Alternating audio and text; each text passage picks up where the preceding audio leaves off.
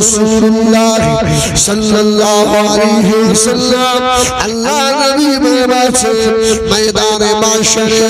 আল্লাহ পাক বান্দাদেরকে দাও করবে সব গুনাহ বোঝা মাথায় নিয়ে সকলে উঠে দাঁড়াবে বাবা ও সুবহানাল্লাহ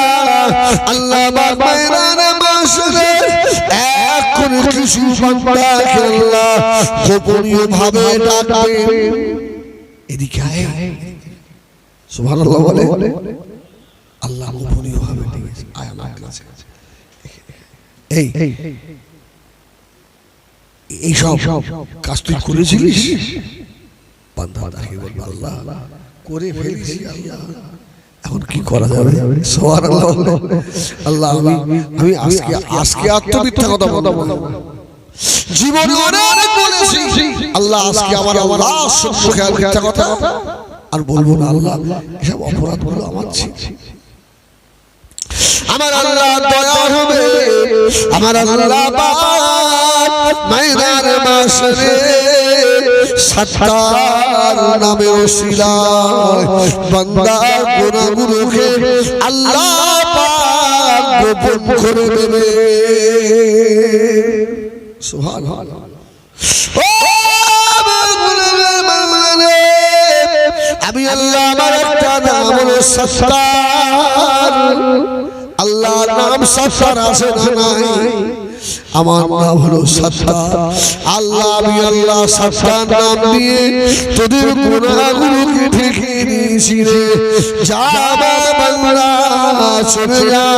আমার রহমতের জান্নাতে চলে যা জোরে বলুন সুবহানাল্লাহ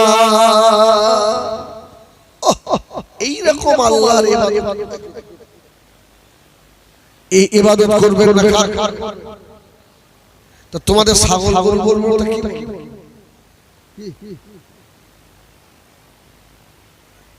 ও বেরিনা ও মুরব্বিয়ানেরা শুধু তাই না আল্লাহ নবী মুসা আলাইহিস সালামের জামানায় একজন বিখ্যাত বনি ইসরাঈল কওমের মানুষেরা বদমাইশটাকে গ্রাম থেকে বার করে দিল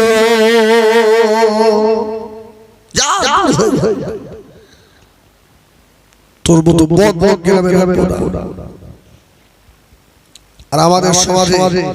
এমন রাজনীতি এসে গেল কি পলিটিক্স মেয়েকে বাদ জেরা করছে তাও তাকে সমাজ থেকে বাদ দেওয়া হয় আরে আমি এমনি বললাম না আমার কাছে ডকুমেন্টস আছে বউরে তো বিয়ে করে রেখেছে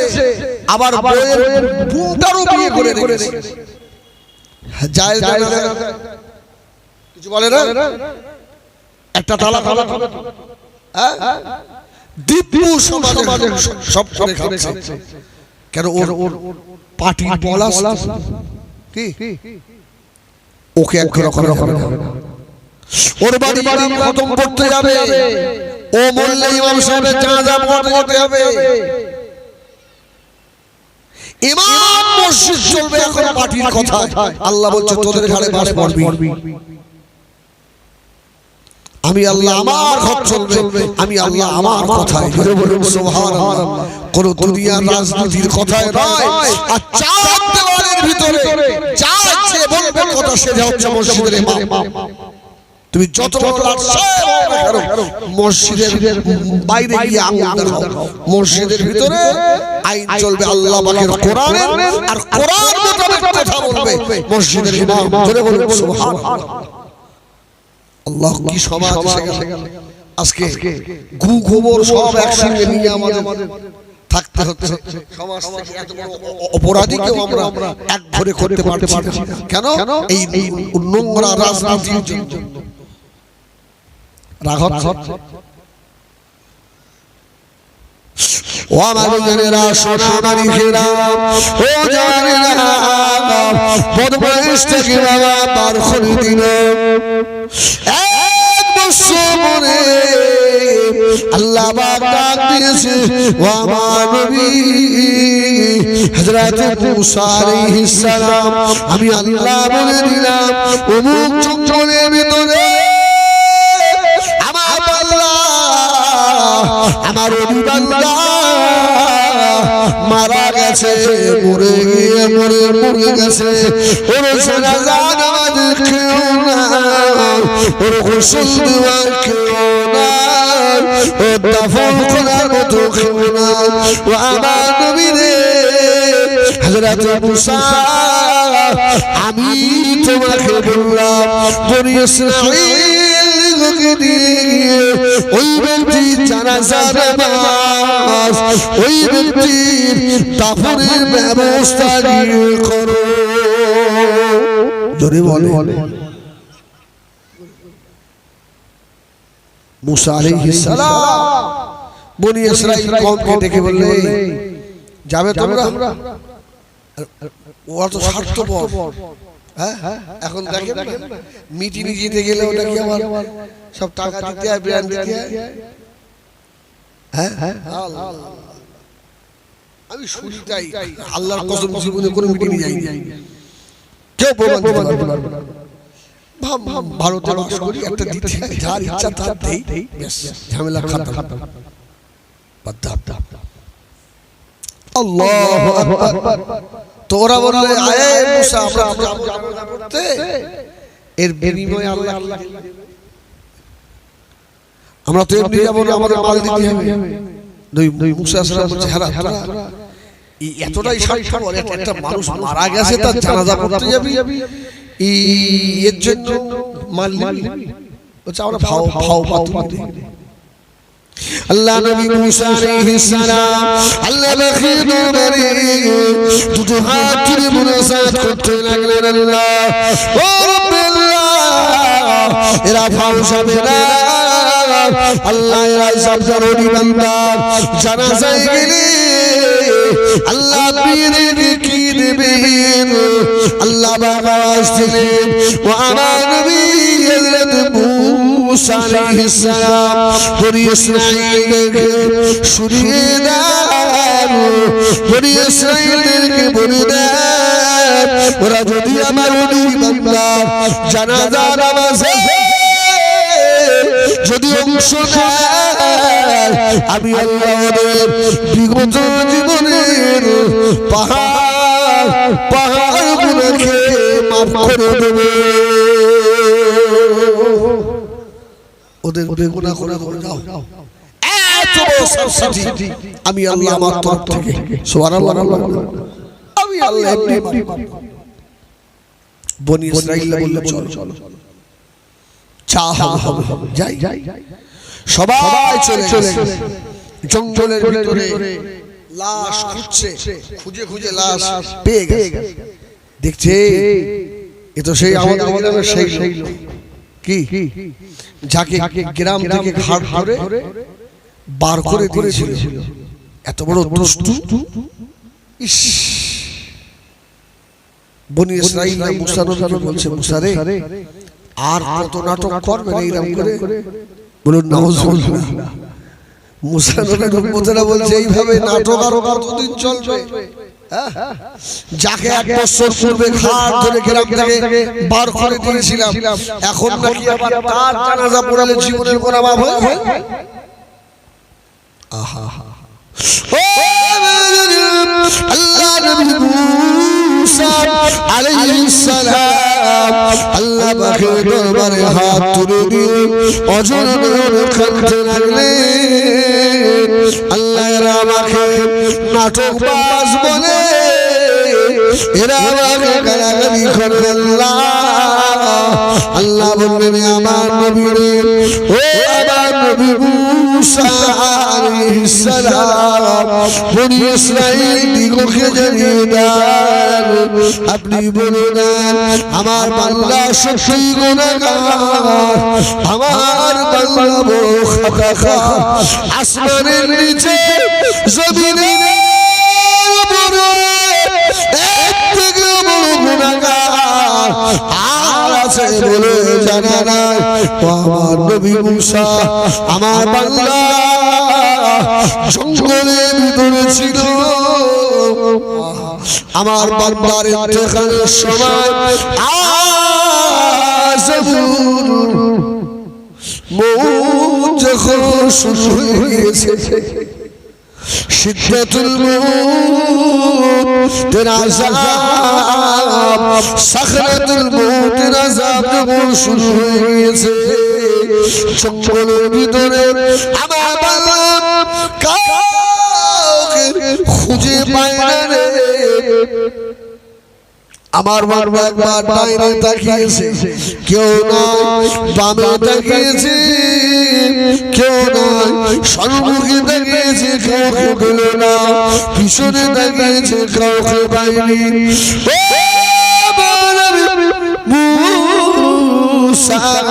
আমার বান্দা মুখটা উপরে দিকে করে আমার এত বড় গুনাহগার বান্দা চোখের কোণে দিয়ে পানির তোষা গড়িয়ে যাচ্ছিল আর আমাকে একবার আল্লাহ বলে রেখেছে আমি গুনাহগার বলে আমি গুনাহগার বলে আল্লাহ আমার সাহায্য করে কেউ না এই জঙ্গলের ভিতরে আল্লাহ আমি একা পড়ে আছি আল্লাহ তোমার নাম রহমানুর রাহিম আল্লাহ তুমি যে কুরিয়া ইবাদিয়াল্লাযিনা আসরাফু আলা আনফুসিহিম লা تقنطوا من رحمة الله إلا الله يغفر الذنوب جميعا إنه هو الغفور الرحيم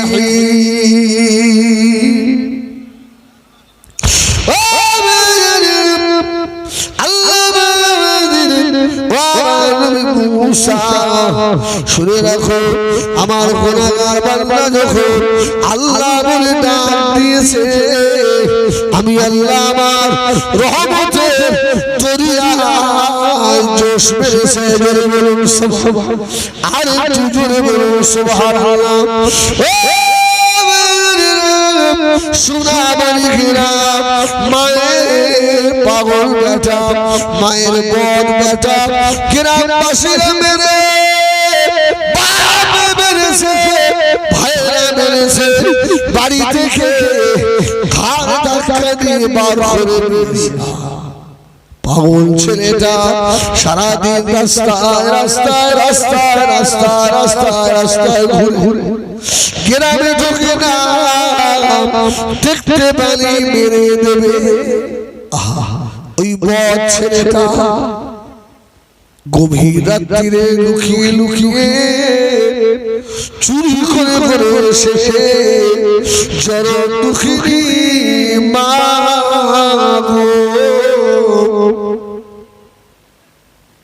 যে ঘরের ভিতরে মা থাকে ওই ঘরে মিশরে গিয়ে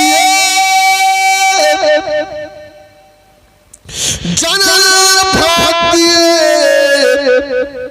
শুধু একবার আসতে করে মা বলে ডেকেছে মায়ের পাগল বেটাটা দুনিয়ায় কেউ না বুঝলে মার বুঝতে ভুল হয় না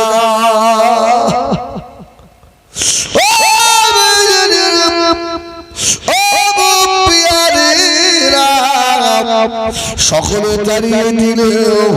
মা তাড়িয়ে দেয় না রে মা দরজা খুলে ছুটে পার হয়েছে তার পাগল বেটাকে কচিকে মুখে জড়িয়ে ধরে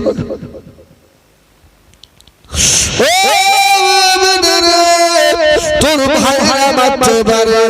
গ্রামবাসী তাড়িয়ে দিতে পারে, আমার পাগল বেটারে আমি আল্লাহ আমি মা তাড়িয়ে দিতে পারি না রে।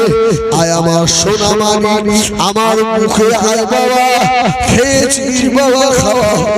আমার সোনার মুখটা শুষে আমার সোনা সারাটা দিন রাস্তায় রাস্তায় ঘুরে ঘুরে বেরিয়েছে বাবা। সোনা মানি খেরা যদি মায়ের দিলে এত দয়া এত দয়া আমার আল্লাহ পাকের করি যায় কত মায়া। গভীরা চলে চোর আসামি ধরার জন্য বার হয়ে যায়, ঠিক না মনে বলে আল্লাহ বলে বান্দা চোর আসামি ধরার জন্য বার হয়, আর আমি আল্লাহ তোদের কত ভালোবাসি। রাত যত গভীর হয় ওরে আমার বান্দা রে, আমি আল্লাহ প্রথম আসমানে নেমে আসি, আমার রহমতে হাতকে বাড়িয়ে দিই। ও আমার বান্দা রে আয় ফিরে আয় বান্দা, ওরে আমার বান্দা রে শুনে রেখে দে, চোর ধরার জন্য পুলিশ বার হয়, আর আমি আল্লাহ আমার গুনাহগার বান্দা রে গুনাহ মাফ করবো বলে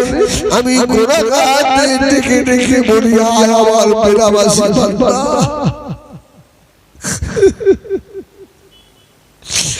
আয় আমার শুধু কর বান্দা, আয় আমার ঘুষখোর বান্দা রে আয়। ছেলে মায়ের কাছে অপরাধ করলে মা কোনদিন দেখে বলে না আয় বেটা রে আমি তোকে ক্ষমা করে দিই, আয় তোকে মাফ করে দিই, আমার আল্লাহ এত দয়া। বান্দা অপরাধ আল্লাহর কাছে করে, আবার আল্লাহ দেখে বলে আয় আমার বান্দা আমি আল্লাহ তোদেরকে মাফ করে দেব। সুবহানাল্লাহ বলে তাকবীর দেন, নারায়ে তাকবীর, জোরে তাকবীর দেবে, নারায়ে তাকবীর। হ্যাঁ পীরজাদা ভাইজান হুজুর কিবলা নারায়ে তাকবীর। সিলসিলা হক মুজাদ্দিদুজ জামাত আহলুস সুন্নাত ওয়াল জামাত নারায়ে তাকবীর। ভাই আলহামদুলিল্লাহ আমাদের জুবাইর ভাইজান হুজুর কিবলা এসে গেছে, আর মিনিট 10-15 মধ্যেই আসবে। যারা এখনো বাড়িতে আছেন ওযু আজা করে মাথায় টুপি দিয়ে মাহফিলে আসে। এখন তো মাহফিলে বসলেও 90% শ্রোতা ওযু কিছু বলে না।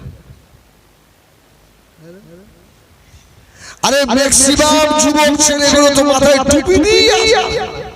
শীতকাল বলে বুঝতে পারা যায় না, সব রুমাল দিয়ে বসে গরমকালে বেশি বেশি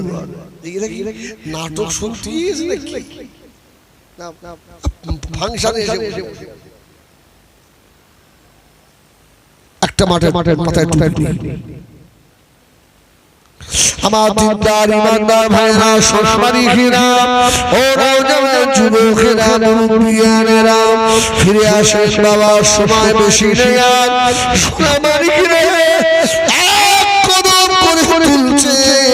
ওই কদমটা কিন্তু কবরের দিকে এগিয়ে যাচ্ছে। যে দিনটা পার হয়ে গেল আগামী দিনটা আমরা আস্তে আস্তে কবরের দিকে ধাবিত হচ্ছি, এগিয়ে যাচ্ছি। আল্লাহু আকবার। কবরের কথা ভাবতে হবে, চিন্তা হয়। সত্যি করে বলেন চিন্তা হয় কবরের কথা। এইজন্য আল্লামা সুয়ুতী বলেছেন, যদি কারো কবরের কথা মনে না হয়, গ্রামের কেউ যখন মারা যায় ও যেন কবরের ভিতরে একবার শুয়ে রাখে, একবার শুয়ে বুঝতে পারবে যে আল্লাহর মধ্যে থাকবে। পাশ ঘোরাও যায়, যাও যাও আল্লাহু আকবার, কি কঠিন একটা জায়গা। হ্যাঁ, পীর আল্লামা খলিফুল্লাহ হুজুর রাহমাতুল্লাহ আলাইহি যার ইন্তেকাল হয়ে হুজুরকে যখন দাফন করা হলো, পাশে তো পুকুর, কবরে পানি ছিল। তো আমি ওই ছোট ব্রিকবেলার মসজিদের পাশে দাঁড়িয়ে দাঁড়িয়ে চুপ করে অবাক হয়ে গেছি। এই একটা মনে দুঃখ আছে, আমার পর চলে গেছে। আর বসে দাঁড়িয়ে দাঁড়িয়ে ভাবছি আমার পেছন দিয়ে আমার গায়ে ঠাক ঠাক, আমার মানে যেমন স্ট্রোক হয়ে গেলে যেরকম আচমকা, আমি তো গভীর চিন্তায়। আমি বললাম কাউকে এইভাবে ধাক্কা, মানুষ মারা যাবে, আপনি কি ভাবছেন? আমি এটাই ভাবছি যে মানুষটা জুতো খুলতে দেরি, মানুষ হাতে নিতে দেরি হতো না। সুবহানাল্লাহ। যে মানুষটার গায়ে মানুষ কোনোদিন ধুলো বসতে দেয়, কি যে মানুষটার জন্য ভালো ভালো সব সময় মানে হিসাব থাকতো, জামা কাপড়ে ধুলো বালি পাওয়া যেত না, কিন্তু আজকে আমি তাই ভাবছি, আরে আজকে সেই মানুষটাকে আমরা এই কবরের পানির উপরে রেখে চলে গেলাম, কাদার উপরে। কেউ একবারও বললো না একটা বিছানা বিছিয়ে দে, কেউ একবারও বললো না ভালো করে প্লাস্টার মেরে করে দে, আমাদের পীরের কবরে যেন পানি না ওঠে।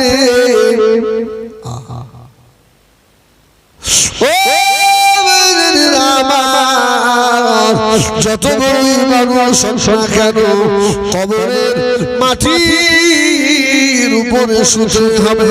অনেক মুসল্লি আছে দেখবেন মসজিদে ধুলো, নামাজ পড়ার সিজদা দিয়ে উঠার পরে নামাজের ভিতরে কপাল ঝাড়ে, আছে না?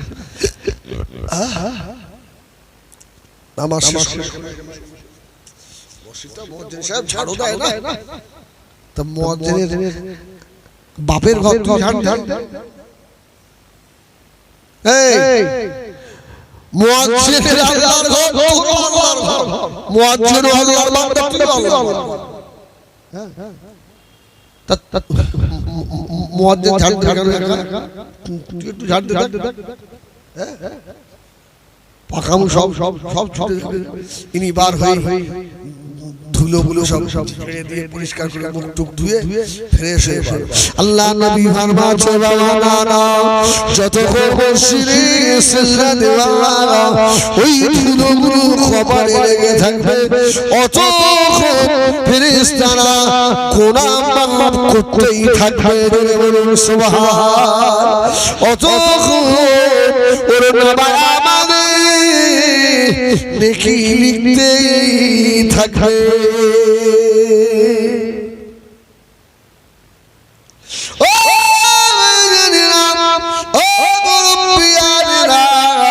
মসজিদের কিছু কিছু জায়গায় এমন আছে, কিছু কিছু মুসল্লি জায়গা একেবারে তাওর বাবার জন্য রেজিস্ট্রি করা, ওই জায়গা ছাড়া আর কোথাও বসবে না। আসে না যারা ও সারা ঠিক ঘুরে ঘুরে এসে ইমাম সাহেব যদি নামাজ পড়িয়ে ওর কামরায় গিয়ে সুন্নত করে, দেখবেন মুসলিমদের নামাজ পড়ে আমাদের ইমাম সাহেব সুন্নত পড়ে, আসে না? হ্যাঁ, আসলে এ তো মাসালাই জানে নাকি?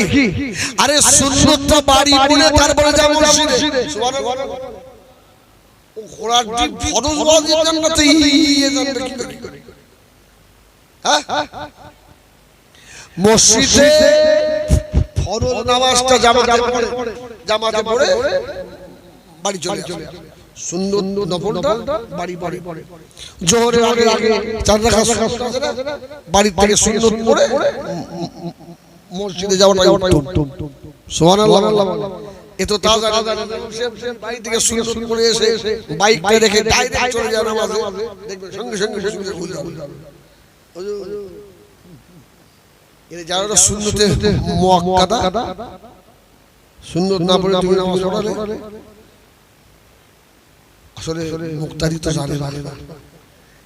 ইমাম সাহেব যদি একটা সুন্নত আদায় করে বাড়ি থেকে সুন্নত পড়ে আসে, ভালো হবে না? আল্লাহু আকবার। সারা জীবন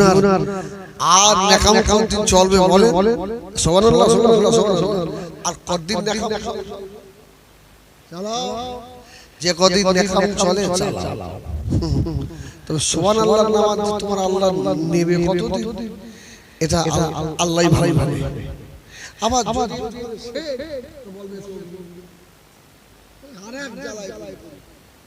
ব্যাস, তার মানে ও শিখবে না। এই রাসূল বলেছেন উতলুবুল ইলমা মিনাল মাহদি ইলাল্লাহ, তোর মায়ের থেকে কবর পর্যন্ত তোকে শিক্ষা অর্জন করতে হবে। যদি বলুন সুবহানাল্লাহ। আমার বন্ধুরা, সোনা মানিকেরা, ও নওজওয়ান যুবকেরা, মুরব্বিয়ানেরা,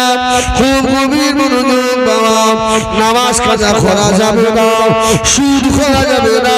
ঘুষ খাওয়া যাবে না, পরের মেয়ে ছেলের দিকে চোখ তুলে তাকানো যাবে না। ও মেয়েরা, আমার রাসূলের পাক সাল্লাল্লাহু আলাইহি ওয়াসাল্লামের আদর্শ আমার রাসূলুল্লাহর মনে নিজের ভিতরে নিয়ে আসে। আল্লাহ নবী যখন রাস্তা দিয়ে হাঁটতেন, সাহাবীরা বলে আমাদের মনে হতো আল্লাহ নবী যেন কিছু একটা হারিয়ে গেছে। নবী আমার মাথা হেঁট করে যেতে, জোরে বলুন সুবহানাল্লাহ। সাহাবীরা বলতেন আমাদের মনে হতো যেন রাসূলের একটা কিছু হারিয়ে যাচ্ছে। সুবহানাল্লাহ। আর আমরা এমন করে হাঁটি, এর ঘরের জানলা ওর ঘরের জানলা, শালা এমন মোচড় লাগে মুখ উঠেছে।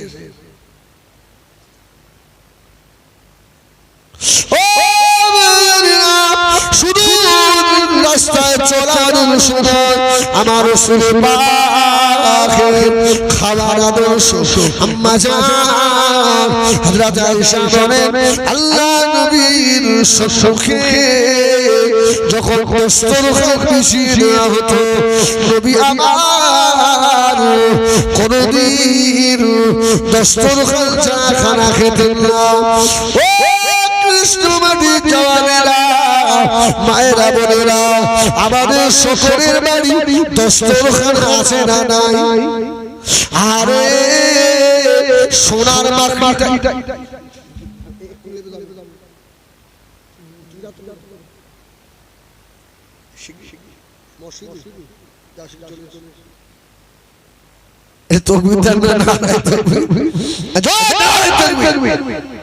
আলহামদুলিল্লাহ। আচ্ছা কি বলছিলাম? দস্তরখান আমাদের সবার বাড়ি আছে, কিন্তু কানের মাকড়িটা যে জায়গায় রেখেছে ও শয়তান দস্তরখানটা ফাঁস করে ওই জায়গায় রেখে কি তাড়াতাড়ি একটা যদি কুঠুম যায় দস্তরখান বার করতে গেলে ওর মাথা খারাপ। আর আমরা তো বুঝতে পারি সারা বাংলায় খাচ্ছি আমরা, সে দস্তরখান খুল দিকে আওয়াজ হচ্ছে, মানে কতদিন যে ওইভাবে খরচ করে রেখেছে। আল্লাহ, ওটা ব্যবহারই হয়। وعبدنا شربنا أما جان حضرت عائشة صديقة رضي الله تعالى عنها فرماتن নবী আমার যখন খানা খেতে বসতেন আমি আয়েশা আল্লাহ নবীকে দেখেছি, নবী আমার মতো জানু হয়ে যেতেন, যেন মনে হয় আমার রাসূলুল্লাহ সম্মুখে কোন মুনিব কেমন তার চাকরে চাকর যেমন মুনিবের সুখে বসে থাকে নবী আমার ওইভাবে বসে থাকতেন সুবহানাল্লাহ আমাদের আয়েশা বলেন ইয়া রাসূলুল্লাহ খানা এসেছে তা আপনি এইভাবে আসেন কেন রাসূল বললেন আয়েশা এই এক একটা নিয়ামতের দাম কত জানো সুবহানাল্লাহ ও বিবি আয়েশা এই নিয়ামত আমাকে যিনি খাওয়াচ্ছেন এই মুনিবের শুকর আদায় করতে হবে সুবহানাল্লাহ বলেন সুবহানাল্লাহ আমি এইজন্য খাওয়ার সময় আমার মুনিবকে আমার আল্লাহকে আমি স্মরণ করি আরে আল্লাহ তুমি আমাকে এত দামি রিজিক আমাকে খাওয়াও সুবহানাল্লাহ ও বেরেরা খাওয়ার আগে দোয়া আছে না নাই আছে না খাওয়ার আগে দোয়া কি মিনহা খালাকনাকুম ওয়া ফিহা নুঈদুকুম ঠিক আছে মোটামুটি এরা চালু আছে আল্লাহু আকবার খাওয়ার আগে দোয়া বিসমিল্লাহি ওয়া আলা বারাকাতিল্লাহ আর একটা দোয়া আছে আল্লাহুম্মা বারিক লানা ওকিনা আযাব বিসমিল্লাহি ওয়া আলা বারাকাতিল্লাহ খাবে যখন ভাত মাখবেন যেন চারটি আঙ্গুল এই কবজি পর্যন্ত যেন ঢুকে যায় যখন ভাতে পান্তা খাও তখন কিরম কিরম কিছু বলে না এই গাঁটের উপরে যেন না আসে আরে এই ছোট ছোট সুন্নাত এর দাম অনেক জোরে বলুন সুবহানাল্লাহ বলছে হুজুর এই সব বলো না একটু গজল বলো না গজল বলো এই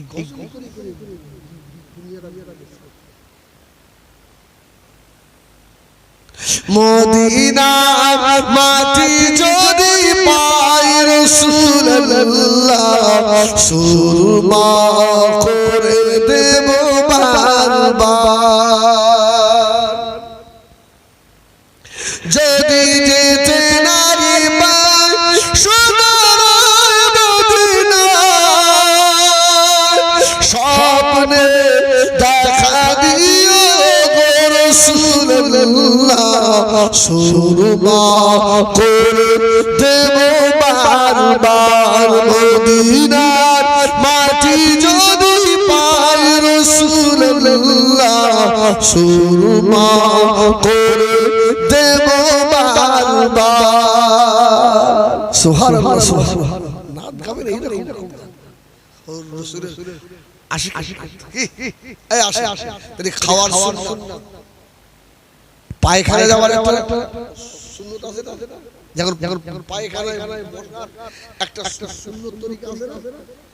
এই পাঁচবার হজ করেছে এখন এসে লুঙ্গি খুলে মাথায় বেঁধে বসে আমি এই জন্য বলি হজে যাওয়ার আগে নামাজের ট্রেনিং নাও হজের ট্রেনিং থাক মক্কায় হজ হয়ে যাবে মক্কায় গেলেই হজ হয়ে যাবে আগে নামাজের ট্রেনিং হোক সুন্নতের ট্রেনিং হোক সুবহানাল্লাহ সুবহানাল্লাহ আগে কোরআনের ট্রেনিং হোক যেখানে কোরআন অবতীর্ণ হয়েছে নাযিল হয়েছে তোর মতো হতভাগা হাজি দুনিয়ায় কে আছে সেখানে আল্লাহর কোরআনের দুটো পৃষ্ঠা তোর পড়ার ক্ষমতা নেই তোর মতো হদত ছাড়া আর কি বলবো আমি এইবার বলতে গেলে গালাগালি আর কি ভুল হচ্ছে কথা পায়ে ধরে বলছি পা দুটো ধরে বলছি না বাথরুমে বসার একটা সুন্নাত আছে যেন হাঁটু আগলা না হয় যখন প্রস্রাব ফিরতে বসে ভাই বয়স দূর থেকে শুধু সিন দেখতে কি অবস্থা আস্তাগফিরুল্লাহ যদি সুন্নাত মোতাবেক বসেন কেউ আপনার দিকে হাসবে সুবহানাল্লাহ বলেন আপনি বেইজ্জতিও হবেন একবার মসজিদের ইমামকে জিজ্ঞাসা করলেন না আমি যে প্রস্রাব ফিরতে বসবো হুজুর সম্পূর্ণ খুলে রেখে যাব না আর্ধেক খুলবো না ফুল খুলবো কি ছি ছি ছি ছি হাঁটুর উপরে কাপড় তুলবে ন্যাংট হওয়া অলঙ্গ হওয়ার মতো গোনা হবে পায়খানা বের কুলুপ নিতে হবে ওটা সম্মুখ থেকে না পিছন দিক থেকে এটাও তোমার জানা না তুমি তালাকের মশলা খোঁজো প্রস্রাব ফিরে কুলুক নিতে হয় কোন খেতাবে আছে 40 পা হাঁটতে হবে আসলে আছে না এই পাক্কা প্রস্রাব ফিরতে বসে কুলুক নিয়ে শুধু জোরে জোরে কাশে আছে না কিছু লোক কাশলে প্রস্রাব সব বার হয় ডান পা বাম পায়ে বাম পা ডান পায়ে কি কিছু বলে না এইভাবে দুবার তিনবার একটু চাপ চাপ আছে মজা করে প্রস্রাব সব ছেড়ে বার হয়ে যাবে জোরে বলো সুবহানাল্লাহ আর এই রাস্তার ধারে প্রস্রাব ফিরতে বসে এত বড় ইট ধরিয়ে লুঙ্গি তুলে রাস্তায় হেঁটে কত বড় হ্যাঁ দেখা দেখো আমার কাজ চাইছি আমি এখন ধরে রয়েছি গোনা হবে আল হায়া ও শুরবাতুন মিনাল ঈমান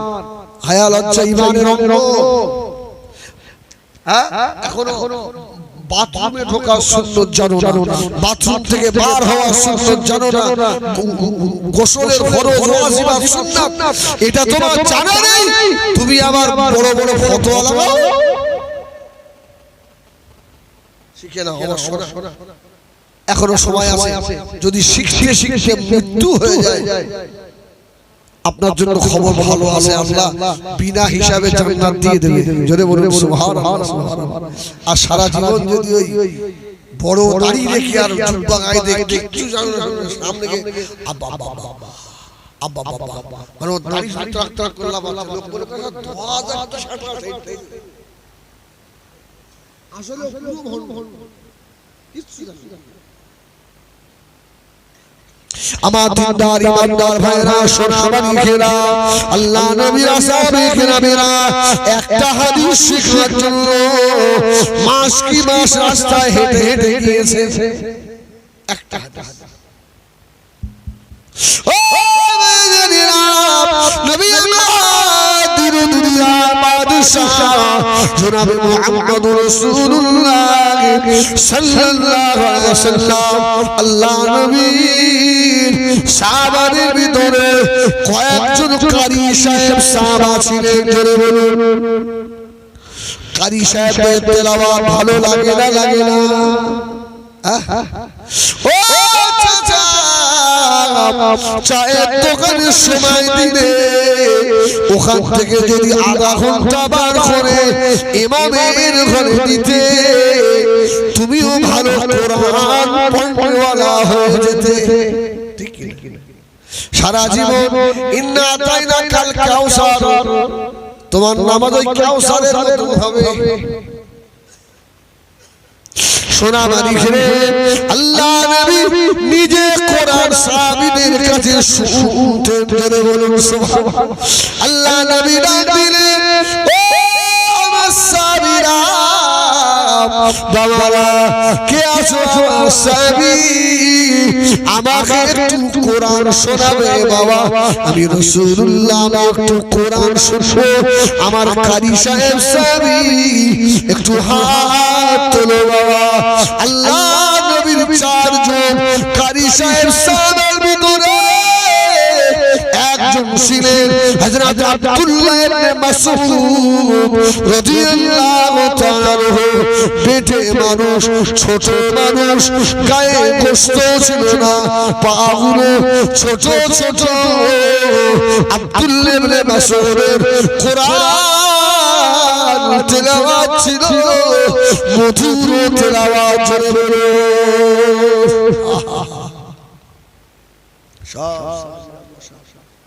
আল্লাহ নবী ডাক দিলেন ও আমার সাহাবীরা বাবারা কে একটু আমাকে কোরআন শোনাবে বাবা কোন কারি সাহেব হাত তোলে না ওই পেটে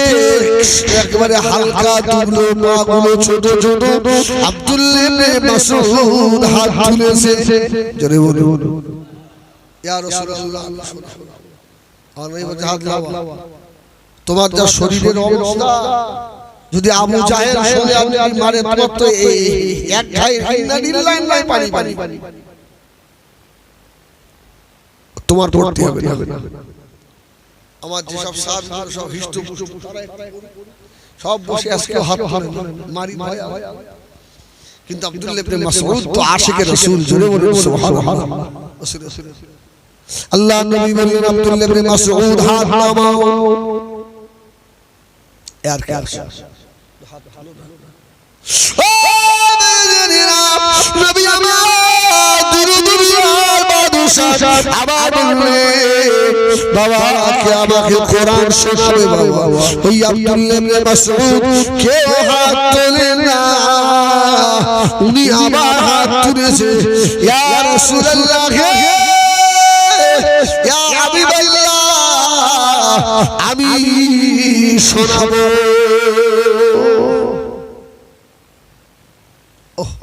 নবী আবার বলেন হাত লাগাও যাদের গায়ে শক্তি বেশি তারা কেউ তোলে না আর তুমি হাত তুলে বসে রাসূল আবার বললেন রে কে আসো আমাকে একটু কোরআন শোনাবে কেউ হাত তোলে আব্দুল্লাহ ইবনে মাসউদ আবার সুবহানাল্লাহ বলবেন জোরে বলবেন আমার নবী বললেন যাও যাও আমি দোয়া করছি হযরত আব্দুল্লাহ ইবনে মাসউদ আল্লাহ কাবা শরীফের বারান্দায় বসে ও আবাবিরা আল্লাহ কাবা বারান্দায় বসে বলতে লাগলো আউযু বিল্লাহি মিনাশ শাইতানির রাজীম নারে তাকবীর নারে তাকবীর सिलसिला जदुज़्ज़मा जनाब भाई साहब हुजूर दाड़ा है शिकते হবে जनाब भाई साहब हुजूर किबला नारे तकबीर